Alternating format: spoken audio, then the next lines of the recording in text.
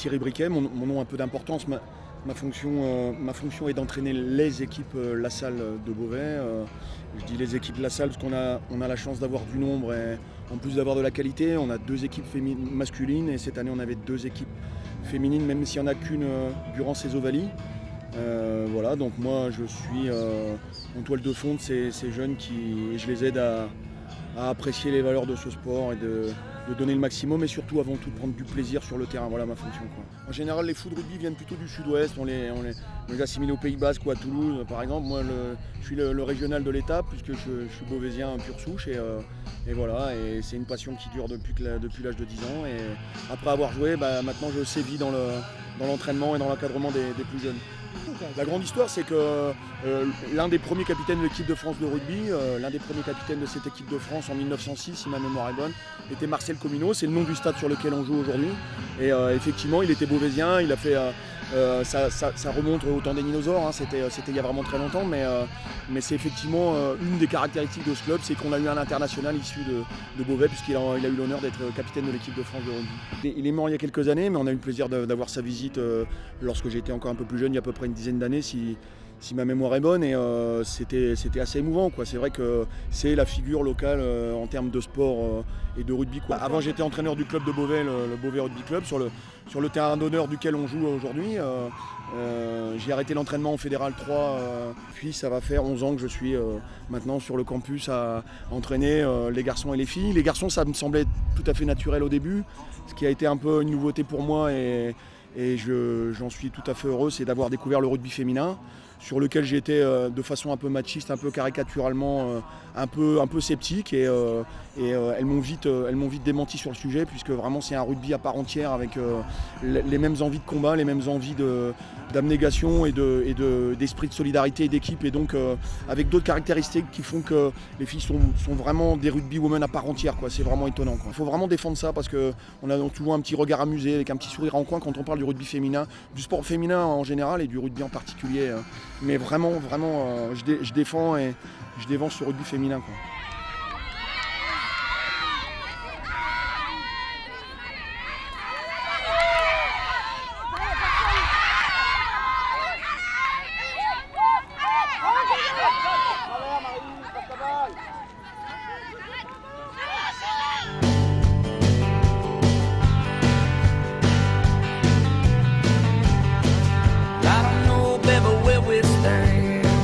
Where's the future that we plan? So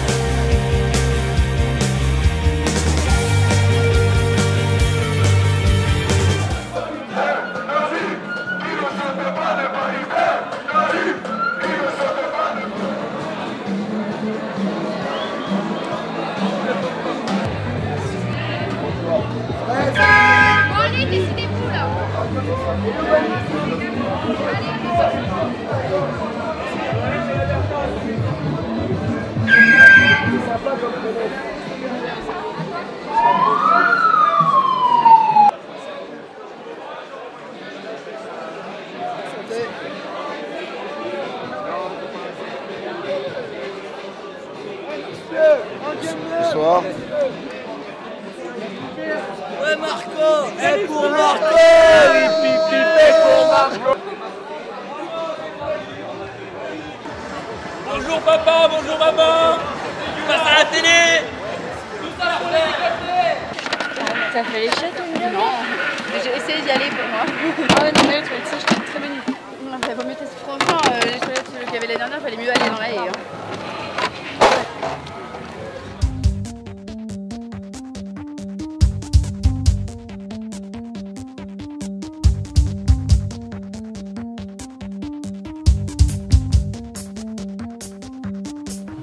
Bonjour, je m'appelle Angélique Aurel et puis je représente le comité régional handisport de Picardie. On va rencontrer deux types de rugby fauteuil au niveau handisport.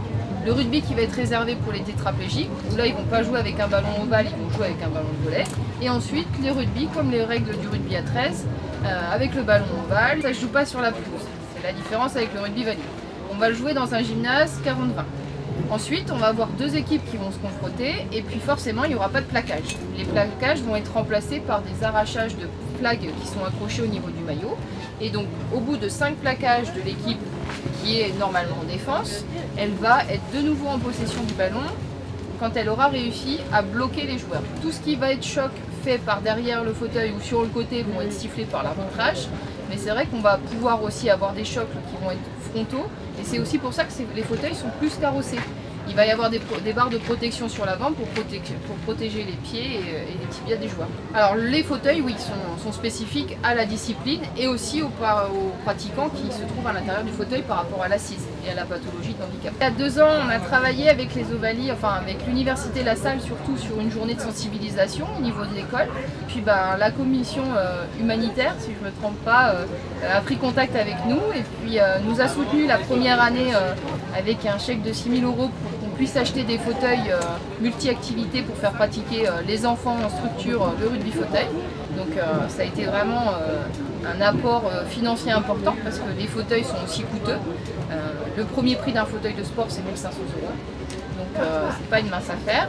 Et puis de nouveau cette année, on est présent de nouveau sur les Ovalies pour cette fois-ci financer du matériel de sport de nature, surtout ciblé sur de la déficience visuelle, mais aussi des personnes paraplégiques, parce que le handisport c'est l'handicap physique, visuel et sourd. Si on avait le même chèque que l'année dernière, ça serait vraiment très bien pour nous parce que ça financerait on va dire les 3/4 de notre matériel sport de nature. Après, c'est vrai que c'est aussi, à côté de ça, c'est surtout 2 jours de découverte pour certaines personnes parce que c'est aussi faire connaître la discipline, faire comprendre aux sportifs qui sont là sur les 2 jours que c'est des sportifs à part entière et puis que c'est pas parce qu'on est en fauteuil qu'on ne peut pas faire de sport. C'est aussi cet échange qui est important de communiquer sur ces journées-là.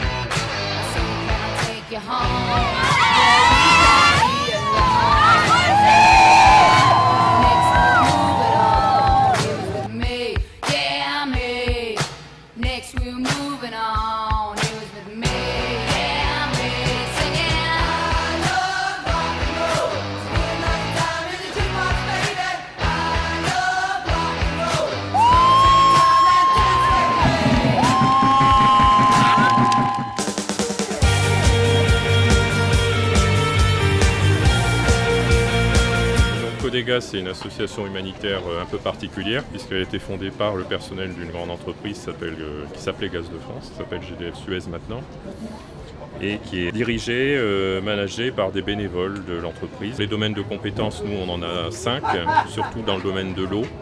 Ensuite l'assainissement, c'est le besoin le plus basique. Il y a à peu près 2 milliards de personnes dans le monde qui n'ont pas accès à l'eau potable ou propre.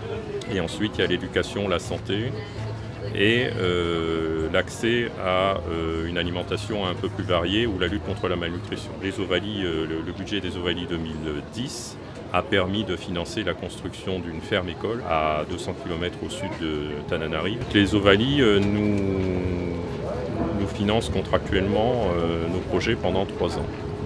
C'est une relation, je dirais, assez jeune, mais on est dans la 2e année. C'est de l'ordre de 20 000 € par an. Donc ça représente un budget qui permet de construire, par exemple en 2010, un bâtiment complet à usage scolaire pour à peu près, si je ne me trompe pas, 300 élèves, 300 étudiants qui vont avoir une chance un petit peu de trouver un travail et surtout de manger à leur faim et de faire manger à leur faim leur famille. Ce que je connais du rugby, parce que je ne suis pas originaire du Sud, mais j'aime beaucoup le rugby, c'est que c'est vrai que c'est des gens qui se donnent, c'est un élan de générosité en règle générale. Mais voir des étudiants comme ça qui sont par nature, comme moi j'ai pu l'être, assez privilégiés, s'intéresser à des domaines tels que l'humanitaire, c'est quelque chose de fantastique.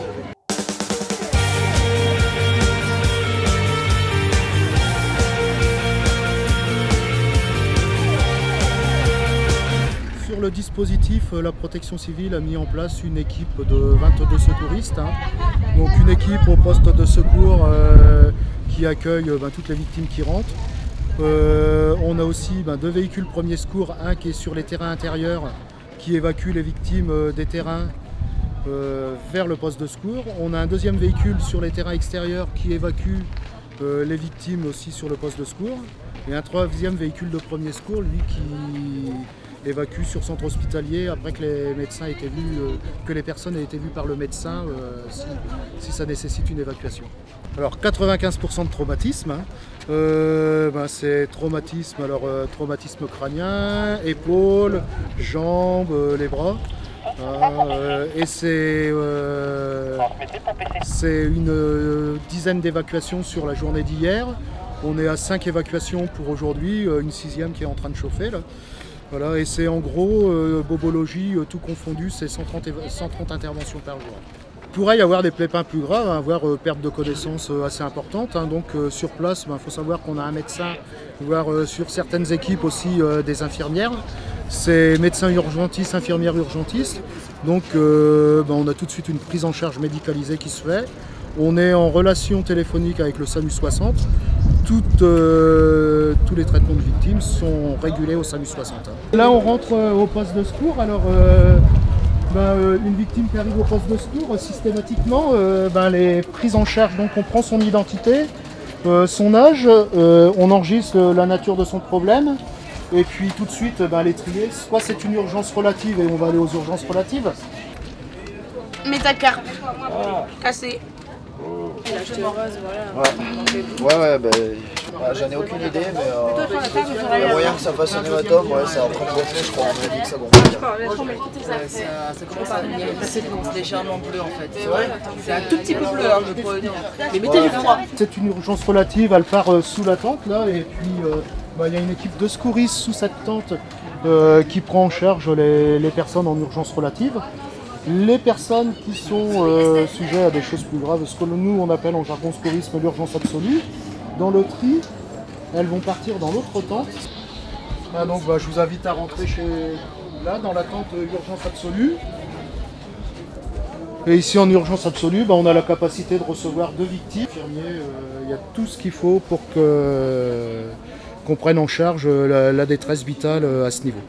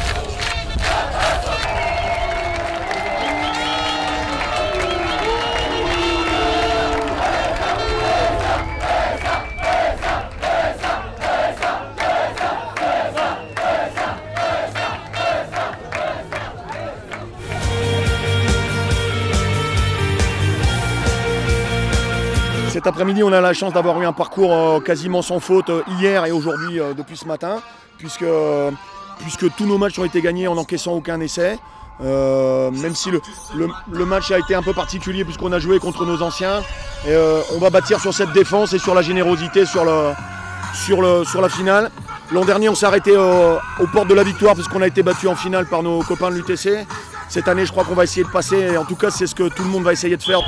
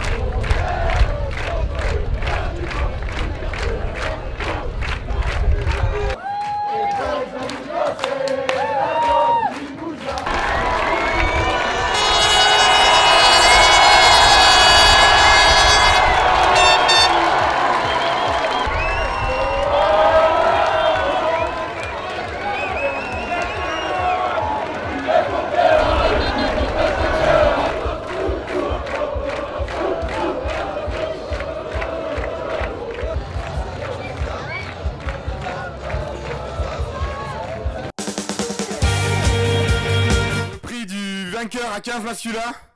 Je vais demander à Madame Caroline Cailleux, la maire de Beauvais, de venir remettre ce prix. Bonjour à tous, et moi je suis vraiment fière ce soir de remettre le premier prix à La Salle Beauvais qui gagne pour la première fois.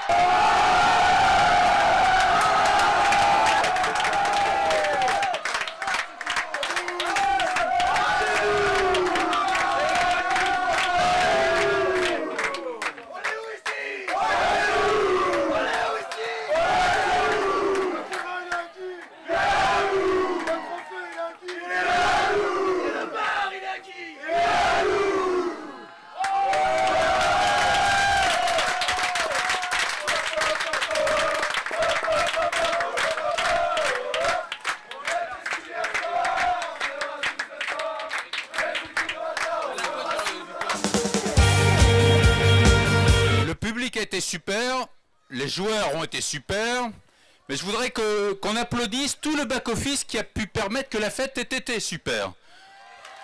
Ce sont les arbitres, c'est la sécurité civile, c'est les services de la mairie, les services de l'État et bien sûr tous les partenaires. Donc merci à tous pour ce partenariat qui fait que la fête a été réussie. Les numéros 2, et bien sûr toute l'équipe de Guillaume hein, qui a travaillé en back-office pendant ces 3 jours. Le numéro 2 cette année, c'est vrai que c'était inédit, une finale inédite. C'est une finale entre 2 écoles de la physique et ça c'est quelque part c'est une satisfaction, on est content. Donc la numéro 2 c'est HEI. Chapeau les gars. Alors je suis très heureux de vous annoncer que le vainqueur, le 3e de la Coupe Shérif est l'équipe de Paris-Vis. Voilà.